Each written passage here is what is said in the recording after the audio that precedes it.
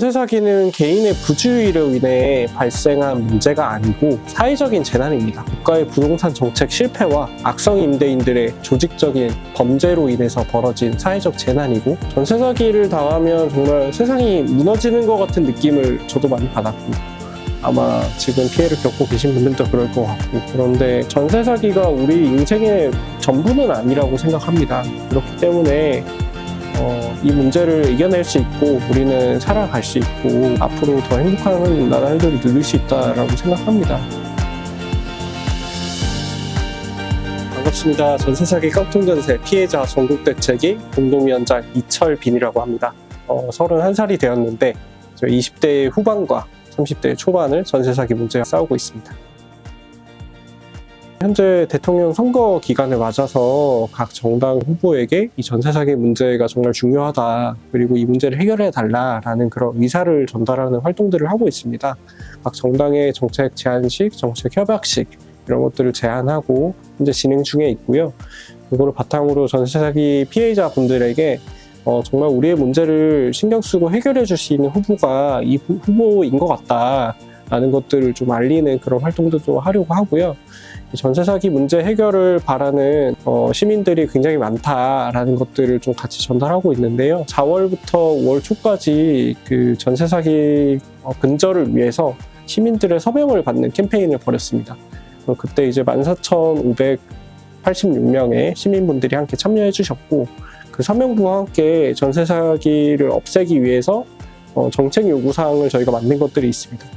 그런 것들을 지금 각 정당 대통령 후보 캠프에다가 전달하고 정책 제안식, 정책 협약식 이런 것들을 개최하면서 전세 사기 문제가 우리 사회가 좀 반드시 힘을 합쳐서 해결을 해야 될 문제라는 그런 여론을 만드는 데 주력하고 있고요. 전세 사기 피해자들이 여전히 지금 고통 속에 있기 때문에 이분들에게 정확한 정보와 활동을 하실 수 있도록 여건의 이런 활동들도 같이 하고 있습니다. 선거 이후에도 전세 사기 문제, 그리고 세입자의 주거 문제 이런 것들을 해결할 수 있는 다양한 방법들을 사람들에게 알리고, 그리고 그런 것들을 힘을 모으는데 사람들을 동참시킬 수 있도록 여러 활동을 할 계획입니다. 지금 계기나 스토리나 이런 것도 좀 들어볼 수 있어요? 전세 사기 피해자니까 이게 제가 2022년 2월 정도에 처음 인지를 하게 됐는데, 그 이후에 부딪혔던 현실이 정말 국가의 부재라는 그런 느낌이었어요. 아무도 나를 보호해주지 않고 문제가 생겼을 때 구제해주는 사람이 없고, 더 이상 이런 문제가 생기지 않도록 그 예방대책, 그리고 가해자 처벌 이런 것들을 하는 것들도 너무나 미약하고, 이 문제가 그저 제 개인의 고통스러운 개인사가 아니라 우리 사회의 보편적인 문제구나라는 걸 많이 느끼고, 그 문제를 해결하기 위해서 제가 할 수 있는 일이 있다면 좀 열심히 해야겠다라고 생각을 했고, 그렇게 활동을 하다 보니까 어느새 이제 공동위원장으로서 여러 역할을 하고, 그리고 2년 이상 이렇게 활동을 하고 있습니다.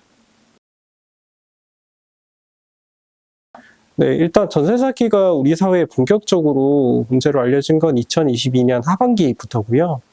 제 임대인이었던 이제 빌라왕이 1,000채 넘게 소유한 채 사망하면서 이제 문제가 본격적으로 불거지기 시작을 했고, 2023년 초부터는 전세 사기 피해자들이 돌아가시기 시작했습니다. 인천 미추홀구에서 2023년 2월에 처음 돌아가시고, 지금까지 공식적으로 9분의 전세 사기 피해로 인해 사망하신 분들이 발생했고요. 2023년 6월부터는 전세 사기 특별법이 시행되었는데, 지금 피해자로 공식 인정된 건수만 3만 건에 달합니다. 지금까지 전세 사기를 겪으면서, 그리고 인정을 받았든 인정을 받지 않았든 보증금을 돌려받지 못한다는 게 얼마나 고통스러운 일인지, 그리고 그 과정에서 국가란 것이 얼마나 좀 보잘것없는 것인지, 이런 것들을 좀 많이 느끼고 있습니다. 전세 사기 문제는 여러 문제들이 복합적으로 얽혀서 발생한 일인데요. 일단은 국가에서 전세 대출과 보증보험을 남발하면서 전혀 관리 감독을 하지 않으면서 문제가 커지는 측면이 있습니다. 전세 대출을 많이 해주면 전세 가격이 오르고, 자연스럽게 또 집값도 오르고, 그 과정에서 계속해서 세입자들이 불안해지는 이런 문제들이 좀 발생하는데요. 보증보험도 세입자를 위한 것이라고 해서 많이 남발을 했지만 그게 결과적으로는 악성 임대인들이 그 높은 수준의 보증금을 받을 수 있는 장치로 또 기능하게 되는 일들이 벌어졌고요. 이런 것들을 악성 임대인이 악용하면서 전세 사기를 저지르는데 국가가 전혀 개입하지 않고 방치했던 것도 문제를 키우는 원인으로 또 지적이 되고 있습니다. 네, 흔히 전세 사기를 임차인이 부주의해서 계약을 잘못해서 벌어진 일이라고 생각을 하시는 분들이 많은데요. 그런데 피해자 중에는 판사, 검사, 변호사, 뭐 공인중개사, 경찰, 그리고 저같이 그 부동산 관련된 업무를 했던 그런 사람들도 피하지 못하는 문제였습니다.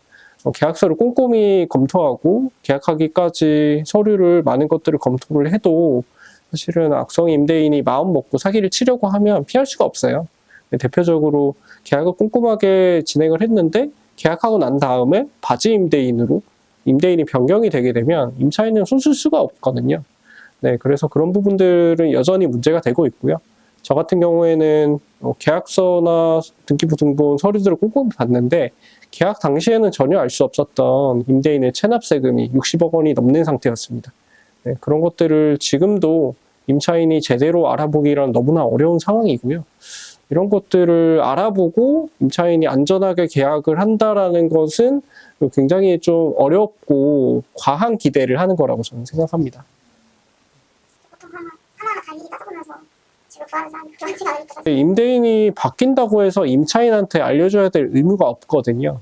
네, 그래서 이런 점을 악용을 해서 계약하고 잔금을 치르는 그 날짜에 그 바지 임대인으로 명의를 다 바꿔버리는 소유권 이전, 소위 동시 진행이라고 하는데 그런 방식의 전세 사기가 성행했습니다. 해결을 위해서 개인과 사회가 할 수 있는 일들 관련해서 전세 사기 당한 사람들이 도처에 굉장히 많습니다. 네, 그래서 내 주변의 친구, 지인, 뭐 직장 동료, 가족 이런 분들이 전세 사기를 당했다면 그분들을 적극적으로 좀 지지해주고 연대해주는 것이 좀 가장 우리가 손쉽게 할 수 있는 일일 거고요. 그리고 이 문제는 결국에 그 정치가 바뀌고 법과 제도가 바뀌어야만 해결되는 문제들이거든요. 그래서 지금 저희가 선거 기간에 있지 않습니까? 전세 사기를 포함해서 여러 주거 문제, 부동산 문제에 대해서 각 후보들이 낸 그런 공약들을 꼼꼼하게 검토하고 전세 사기 문제를 해결할 사람이 누구인지 그 사람에게 좀 투표하는 것들이 굉장히 중요한 활동이 될 것 같고요. 국회의원과 대통령 선거는 사실은 좀 멀게 느껴지잖아요. 그런데 이제 우리 지자체 공무원이라든지 그리고 지방의회에 있는 의원들하고는 상대적으로 좀 쉽게 소통을 할 수 있거든요. 같은 지역에 사는 주민들과 함께 힘을 모아서 지방의회 의원에게 이 문제를 해결해 달라, 방안을 찾아가 달라 라고 하면 10명이 모이기만 해도 굉장히 큰 힘을 발휘한다고 하더라고요. 그래서 그런 활동들은 우리가 일상에서 조금 더 쉽게 해볼 수 있는 활동인 것 같습니다. 완벽하게 피하는 방법은 사실상은 없어요. 그렇지만 만약에 전세 계약을 염두에 두고 계시다라고 하면 조금 더 꼼꼼하게 검토하는 수밖에는 없기는 하죠. 지금은 이제 국가나 시스템이 보호해주는 상황이 아니니까요. 등기부등본을 봤을 때 그 집에 설정된 근저당과 내가 계약하고자 하는 보증금액의 합계액이 주택의 가격 대비해서 70% 이하여야 안전하다라고. 그래서 그런 부분까지는 좀 더 꼼꼼하게 봐야 될 것 같고, 공인중개사를 일부 신뢰하긴 해야겠지만 100% 믿지는 말고 내가 조금 더 알아볼 수 있는 일들을 알아봐야 되는 게 좀 서글프지만 우리의 현실인 것 같습니다. 전세 사기는 사실은 그 당한 피해자의 잘못이 절대 아니니까요. 혹시나 그 피해 당사자거나 주변에 아는 사람이 또 피해를 당했거나 하면 좀 자책하지 마시라, 그리고 함께 이겨내 달라라는 이런 메시지를 던지고 싶고요. 전세 사기가 그 소수의 피해자들만의 문제가 아닌 이유가 전세 사기를 당한 사람들이 다 이제는 전세를 안 살고 월세를 살아야겠다라고 하면서 월세를 선호하는 월세 쏠림 현상이 심해지면서 월세 가격이 치솟고, 그게 아니라 나는 그냥 세입자가 아니라 무리해서라도 빚을 내서라도 집을 살래 라고 하면서 대출을 무리하게 받아서 집을 사는 그런 경우들도 되게 많아지고 있습니다. 그러면서 자연스럽게 가계부채 문제라든지 그리고 집값이 올라가는 문제, 이런 것들을 또 계속 발생하는데요.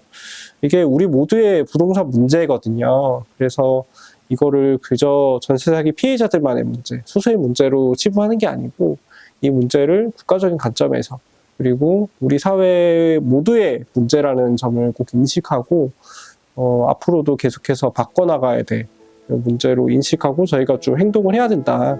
그리고 그때 가장 중요한 건 우리가 유권자로서 이제 투표를 잘하는 것들, 이제 전세 사기 문제를 꼭 해결할 수 있는 그런 후보를 좀 알아보고 투표로서 이제 지지해주는 이런 의사가 굉장히 중요할 것 같다라는 말씀을 드리고 싶습니다. 전세 사기를 당하면 정말 세상이 무너지는 것 같은 느낌을 저도 많이 받았고 아마 지금 피해를 겪고 계신 분들도 그럴 것 같고 그런데 전세 사기가 우리 인생의 전부는 아니라고 생각합니다. 그렇기 때문에 이 문제를 이겨낼 수 있고 우리는 살아갈 수 있고 앞으로 더 행복한 나날들을 누릴 수 있다라고 생각합니다. 그렇기 때문에 지금 물론 너무 힘드시겠지만 너무 과하게 자책하거나 너무 과잉된 불안과 두려움 때문에 지금의 일상을 너무 망치지는 말았으면 좋겠다라는 말씀을 드리고 싶고요. 전세 사기가 이제 이렇게 사회적인 문제니까 개인적인 책임으로 너무 돌리지 마시고 주변에 신뢰할 수 있는 가족이나 친구,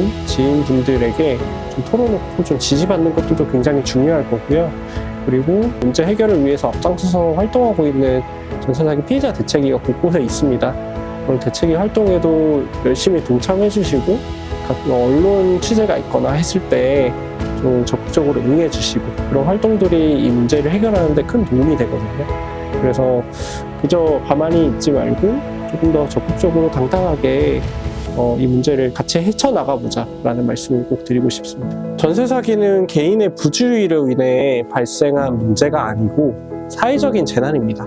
국가의 부동산 정책 실패와 악성 임대인들의 조직적인 범죄로 인해서 벌어진 사회적 재난이고 우리는 이걸 개인의 책임으로 돌리는 게 아니라 사회적인 관점에서 그리고 국가가 직접 개입해서 해결할 수 있는 것으로 바라보고 계속해서 활동에 나서야 됩니다.